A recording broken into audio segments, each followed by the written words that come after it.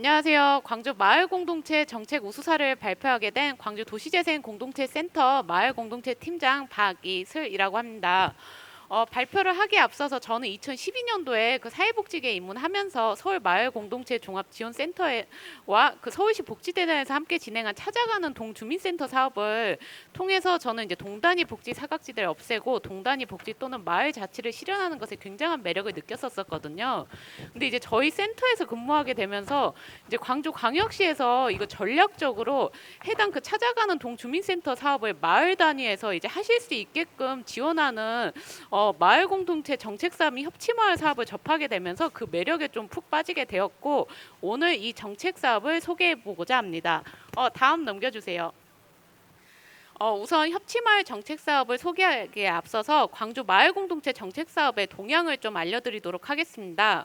광주 공동체는 여기 계신 분들 다 아시다시피 1980년 광주 5.18을 계기로 지역 기반의 공동체 정신이 이제 싹트게 됩니다. 그래서 다른 지역에 비해 성숙한 민주주의 시민의식이 싹트일 수 있는 계기였고요. 그 광주 마을 공동체는 2012년 작은 도서관 활성화 지원 사업을 계기로 작은 거점 단위 그 문화 공간을 토대로 공동체의 태동기를 이루게 되었습니다. 또한 2014년 세월호 사건을 계기로 진상규명을 위해서 5.18 광주 공동체가 다시 세월호 시민 상주 모임이라는 것을 통해서 광주 마을 공동체가 결집되는 시기를 이루었고 마침 이 시기부터 제1차 마을 공동체 활성화 정책이 이루어지게 되었습니다. 우리 마을 공동체 사업을 함에 있어서 모두들 점, 섬, 면이라는 용어를 많이 들어보셨을 겁니다. 그래서 2014년에서 2018년까지를 제1차 마을공동체 활성화 시기로 이때 공동체 자원 발굴을 위한 씨앗기로 점조직을 만들어가는 단계였었습니다. 그리고 2016년부터 2018년까지 광주다운 주민자치센터 시범사업을 진행하며 제2차 마을공동체 활성화 시기와 연결해서 공동체 사업 간 네트워킹을 지원하여 선을 만드는 새싹기를 만들어냈습니다. 이 같은 과정을 거치면서 광주는 주민이 주인이 되는 자치의식이 확산될 수 있었고 2019년부터 2022년까지 제2차 마을공동체 활성화 시기를 만들며 풀뿌리 주민자치가 활성화되는 쾌거를 이루었습니다. 이때를 마을자치공동체, 즉 열맥이라 불리우며 각자의 선이 연결되어 면이 되는 단계라고 할 수 있습니다. 이 과정 속에서 광주형 주민자치 표준조례안이 마련되었고 공동체 통합 예산 및 마을 정책 플랫폼, 마을이 척척 시스템을 이제 저희 센터 시스템으로 이제 구현하였고요. 중간 지원 조직의 역할이 강화되고 동단위 주민자치의 구성과 주민총회 운영이 진행되었습니다. 그래서 현재는 마을 자치 공동체가 활성화되어서 각 구별 시민 참여 예산 및 시민 참여 정책 생산을 넘어서서 마을 일자리와 이를 어떻게 경력 인정으로 산정하고 참여 보상을 할 것인지 고민하는 단계에 있습니다. 또한 광역 기초센터 간 특화사업 운영과 협업을 강화하고 마을 의제가 정책화될 수 있도록 돕고 특히 광주 자치구 중에서 좀 선도적으로 사업을 진행하고 있는 광산구의 경우처럼 마을 의제를 참여 예산과 연계를 적극적으로 장려하거나 하는 등의 일을 적극적으로 독려하고 있는 분위기입니다. 다음 넘겨주세요. 네, 종합적으로 정리하자면 광주의 경우 주민참여 시대와 주민자치 시대를 거쳐 주민주권 시대로 자연스럽게 전환이 이루어졌고 이는 공동체 자생적 운영 시스템을 구축하여 민관이 함께 조화를 이뤄서 광역 자치구간 협업, 자치구에서 동으로 내려가고 동에서 자연스럽게 마을자치가 구현되는 것까지 나아가서 또 다른 도약을 준비 중인 사항입니다. 다음 넘겨주세요. 잠시만요.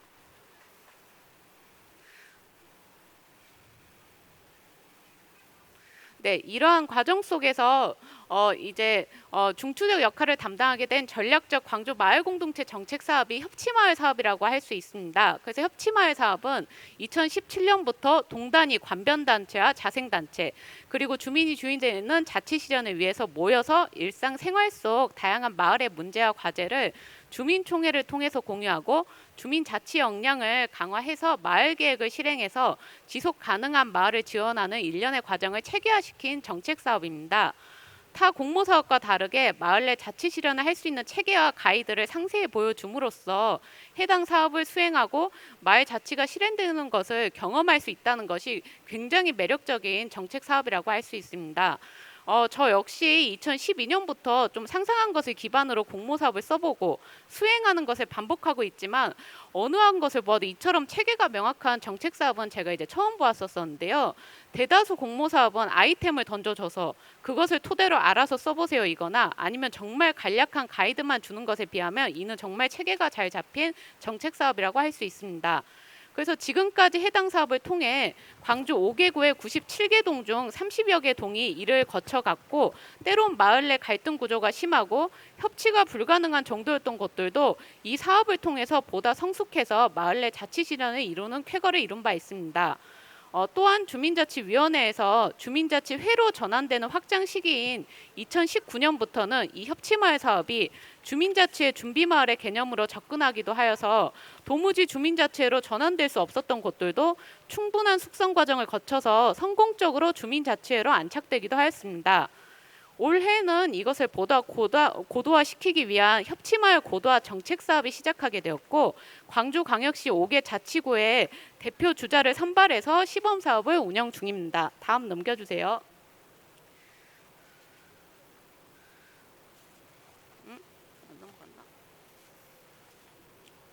네, 그래서 이제 내용들을 보시면 지금 선정 규모는 저희가 5개구 5개 마을 자치구별 1개소를 이제 신청을 받았고요. 신청 자격은 앞서 그 협치마을 경험 2년차 이상 또는 주민자치 준비마을 경험이 있는 행정동, 그 세 번째는 주민자치의 중심 협치 네트워크 형성 마을, 세 가지 중에 한 가지만 이제 충족이 되어도 이제 쓰실 수 있게끔 했고요. 사업 기간은 최대 총 3년으로 최초 심사 시 3년간의 사업 계획을 제출하게끔 하고 매 사업 성과 평가와 공모 절차에 따라서 다음의 사업 선정 여부를 결정하게 됩니다. 다음 넘겨주세요. 그래서 이제 사업비는 저희가 연간 한 개 마을당 4천만 원의 사업비를 주고 있고요. 그 별도 지원으로 마을 코디네이터를 지원을 함으로 인해서 이 사업은 거의 총 한 개의 마을당 6천만 원 상당을 이제 지원을 한다라고 보시면 됩니다. 그리고 마을 사업비 4천만 원 안에서 총 1,000만 원 범위 내에서 이제 전문가 분을 이제 모셔서 그 분과 이제 함께 그 마을에서 마을 리빙랩을 실현하는 과정을 이제 하게 됐는데요. 그래서 그 추진 절차를 보시면은 총 이제 큰 덩어리로 4가지 마을 네트워크 고도화, 마을 의제 발굴 및 수기, 마을 의제 실행, 성과 공유의 개최 이 4가지는 기본적인 틀로 진행을 하시게끔 되어 있습니다. 그래서 마을 네트워크 고도화 같은 경우에는 마을 내에 있는 관변단체, 자생단체 또는 다른 공동체들이 모여가지고 주민 네트워크 협의체를 구성을 해서 한 달에 한 번씩 이제 협의체 회의를 하게끔 하고 있고요. 이 과정 속에서 이제 필요하다고 하면은 주민 역량 강화 교육을 이제 하셔서 이후에 마을 의제 발굴 및 수기 과정을 통해 마을 공론장을 열게 됩니다. 그래서 마을 공론장을 열어서 이 공론화된 의견을 토대로 마을 리빙랩의 방식으로 마을 의제를 이제 실행을 하게 됩니다. 이후에는 이 실행을 한 결과를 이제 여러 사람들한테 확산을 시키기 위해서 성과 공유회도 개최를 하고 협치마을 추진 사항을 이제 평가를 하는 체계를 갖추고 있습니다. 올해는 이 정도 체계선에서 이제 정리가 되고 있고요. 내년도부터는 이제 마을 의제 발굴 및 수기에서 마을 공론장에서 좀 더 나아가서 이거를 토대로 마을의 분들이 마을 연구회를 조직을 해서 좀 더 세부적으로 이거를 어떻게 우리 마을의 정책으로 확산시킬 것인지 이런 부분을 내년부터는 좀 해보려고 하고 있습니다. 네, 다음 넘겨주세요. 그래서 지금 사례는 지금 광주에 5개 사례가 있고요. 광주광역시 동구 하군동 같은 경우에는 지금 100인의 공론장 형태로 열어가지고 마을 의제를 이제 수합하는 것을 이제 중점적으로 좀 특화가 되어 있고요. 그 광주광역시 서구 금호 일동 같은 경우에는 골목 단위의 이제 상권들이 코로나19로 많이 죽어 있었는데 이 상권을 이제 마을 네트워크와 연결을 해서 상권을 이제 같이 살리는 상생 프로젝트를 진행하고 있습니다. 그 광주광역시 남구 효덕동 같은 경우에는 2년 전에 이제 진월동이라는 곳에서 분동이 되어서 이제 협치 문화가 조금 많이 어려운 면이 있었는데 이 고도화 사업을 통해서 회의 문화 변경을 하고 그리고 사람들이 모이는 경험을 하면서 지금 성장을 하고 있습니다. 그 광주광역시 북구 용봉동 같은 경우에는 이미 전국적으로 유명하고 잘 하고 있는 동이기도 하지만은 이 동에서는 마을 자치 실현을 통해서 그 공모 사업 받은 금액을 마을 내 공동체 간에 또 다른 공모 사업의 형태로 내려줌으로 인해서 본인들끼리 그 안에서 자치를 실현하는 방법을 이제 모색을 하고 있습니다. 그 광주광역시 광산구 첨단 이동은 올해 협치마을 고도화 사업은 처음이지만 2년 전엔가 그 주민자치 박람회에서 이제 최우수상을 이제 받은 곳으로, 이 곳은 이제 주민 참여도도 왕성하고 그리고 이제 젊은 인구가 많기 때문에 앞으로가 기대되는 좀 이제 선발 주자라고 할 수 있습니다. 그래서 다음 넘겨주세요. 그래서 이제 이를 통해서 저희 광주 마을 공동체 정책 사업이 걸어 나가고자 하는 것은 이제 더 이상은 관 주도의 방식이 아니라 이제 동 주도도 아니고 민과 관이 그 동 단위에서 마을 공동체랑 그 동 주민센터랑 그 전문가가 같이 결합을 해서 마을 내 변화를 이끌어내는 것을 목표로 하는 정책 사업이라 할 수 있고, 올해의 고도화 시범 사업을 통해서 내년부터 더 성숙하고 마을 내에서 어떻게 이를 더 확장해 나갈 수 있을지 한번 고민할 예정입니다. 저 이상 발표 마치겠습니다. 네. 오메오메 수고 많았어. 욕 봤어. 네. 네. 어떠셨어요? 그 협치라고 한다라는 것은 그만큼의 많은 시간들을 담아야 되는 거죠. 행정의 편의에서가 아니고 주민의 편의에 더 귀 기울이고, 그리고 주민이 이 정책의 효과성들을 만들어 갈 수 있도록 지원하는, 어려움이 없도록 귀 기울여 듣고, 그리고 그것을 정책으로 반영하고자 하는 노력들, 이것이 시민 지원 조직과 행정과 또 민이 함께 어우러진 정말 협치 마을 자치를 이루고 있는 곳인 것 같습니다. 제가 이렇게 설명했다고 해서 여기에 점수 많이 주시는 거 아니시죠, 심사위원님들? 네, 이제 심사위원님들의 예리한 질문 주십시오.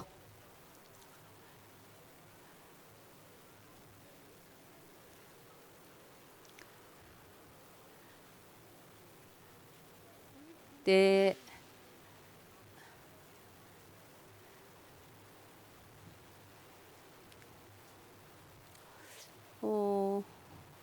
유지숙 의원님 혹시 질문 있으실까요? 네. 궁금한 게 있는데요. 그 사업 기간이 총 3년이라고 그 시범 사업 있죠. 네, 올해 처음 고도화 사업이 태동했습니다. 그 처음 지금 지역에서 시작되는 사업인 건가요? 협치마을 사업은 2017년도부터 했고요. 이를 네. 고도화해서 더 한 단계 나아가 보자 해서 이제 사업이 하나 더 늘어난 거죠. 2023년부터.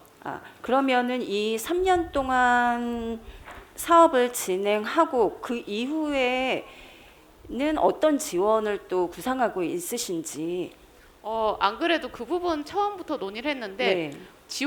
이거는 마을 자치 실현을 위해서 이 공모 사업의 형태로 지원을 하는 거지.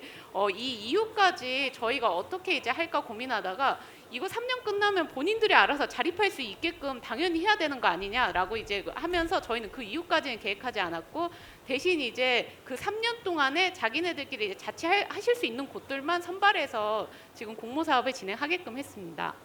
근데 제가 생각할 때는 공동체뿐만 아니라 도시재생 쪽도, 그러니까 장기적으로 이제 금전적인 뭐 지원금뿐만이 아니라 인적 자원이든 아니면은 주민들의 역량 강화든 어쨌든 중간 조직이 긴 시간에 걸쳐서 다른 어떠한 형태로든 지원은 이루어져야 된다라고 저는 생각을 해서요.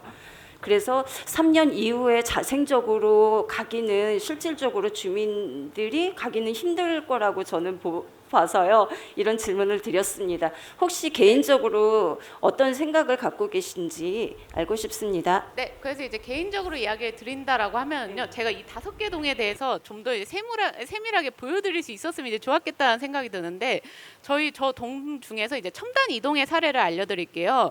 이건 저희 고도화 사업을 올해 처음 들어왔지만 전년도까지도 이 첨단 이동 같은 경우에는 주민자치가 워낙 잘 되어 있어가지고 주민자치 사업 내에서 그 뭐 투명 페트병 분리 배출이라든지 이런 자원순환 가게를 이제 본인들이 운영을 하고 계세요. 그래서 1년에 나오는 수익금이 200에서 한 300만 원 그 주민자치회에서 나오는 게 있고, 그리고 해당 주민자치회라든지 이런 곳들은 동들과도 이미 민관 협력이 잘 되어 있는 체계이기 때문에 그 관련된 주민 기금을 주민자치회를 통해서 내려준다든지 이미 고도화 사업 전에 어느 정도 기반은 마련이 되어 있지만은 정책과 제도가 아직은 뒤따라가지 못하고 있고, 그리고 이 마을들도 아마 3년 후에는 전 3년까지는 안 걸릴 거고 한 1, 2년 후에 알아서 자생할 수 있는 곳들이 되지 않을까 싶습니다. 그 저희 사업 외에도 이 마을들은 워낙 쟁쟁하기 때문에 이제 여러 군데에서 이제 공모 사업을 받기도 하지만 오히려 그거를 자제를 하게끔 하고 있죠. 선택과 집중을 하시게끔.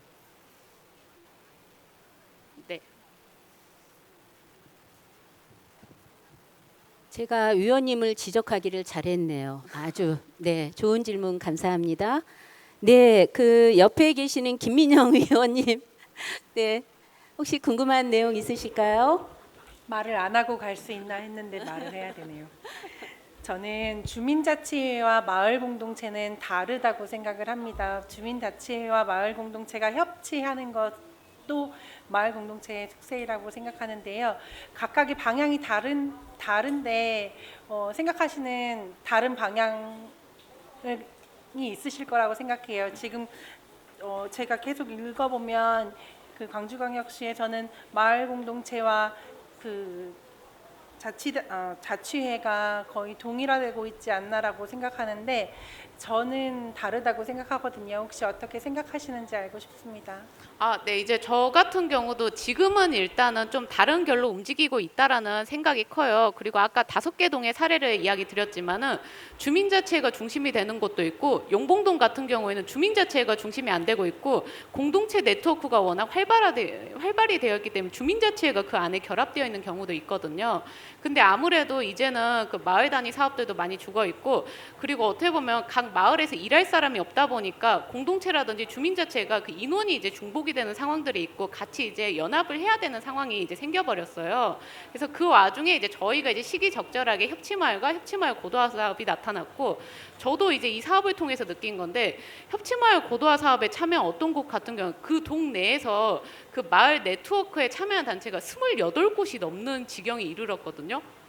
그래서 이제 그렇게 이제 서로 간의 융합을 통해서 이 사업을 통해서 이제 같이 어떻게 보면 동일시까지는 안 됐지만은 함께 하는 분위기가 형성이 되고 있고, 저는 이 정책 사업이 계속 확장이 된다라고 하면은 별개로 가고 있었던 주민자치랑 공동체는 결국에 이제 한 방향을 가지고 각자의 역할에 충실하면서 그 마을 내에서 협치를 하는 분위기로 하면서 이제 마을 자치를 실현할 수 있는 곳으로 어느샌가 이제 종착역은 거기까지 가지 않을까 싶습니다.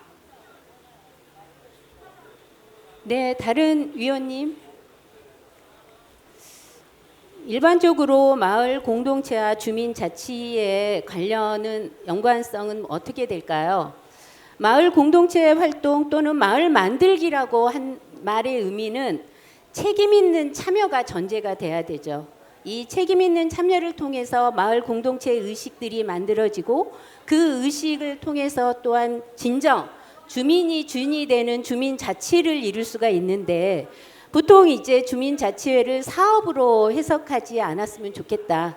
이것은 우리가 지속적으로 마을 안에서 주인으로서의 역할들을 잊지 않고, 그리고 그 활동들을 이어갈 수 있게 하는 우리의 힘들이 모아져야 되고, 그거에 대한 관심과 공동체 의식들이 만들어져야 된다라는 측면이고, 아까 우리 유지수 의원님이 말씀하셨듯이 어떤 이 활동들이 계속 지속돼야 되려면 행정이 잘할 수 있는 것과 민이 잘할 수 있는 것을 조금 그 역할에 대한 충분한 고려로 인해서, 민이 잘할 수 있는 것은 끊임없이 아낌없이 지원해서 잘할 수 있도록 하고, 행정은 그 민이 잘할 수 있는 요소들을 정책으로 제도로 만드는 작업들, 그리고 너무 행정 편의주의적이지 않고 주민 누구나 이 접근하고 이 정책들을 현장에서 삶 안에서 실현할 수 있도록 만들어가는 이런 노력들이 필요할 것 같습니다. 광주광역시가 또 그러한 마을 자치 협치의 현장에서 고민과 그리고 활동의 사례들을 같이 공유드렸습니다. 네, 혹시 더 다른 질문이 없으시면 마무리해도 될까요?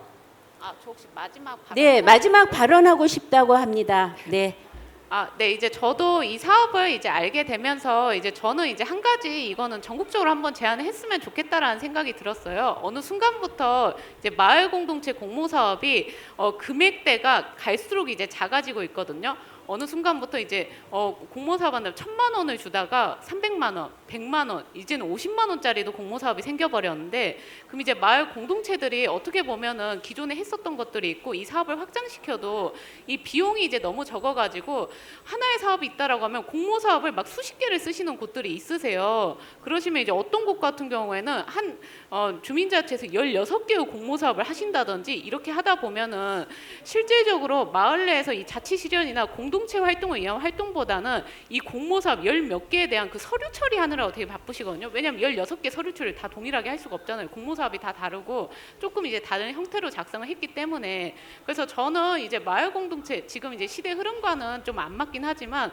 그래도 이럴 때 차라리 될 것 같은 공동체에 좀 큰 단위로 이제 줘서 그 공동체만이라도 좀 제대로 살아남을 수 있고 마을 내에서 그 자치를 실현할 수 있는 기회를 주면 전 좋겠다라는 생각이 들었습니다. 네, 개인적인 생각이라고 했습니다. 네, 네, 네, 수고 많으셨습니다. 감사합니다. 네.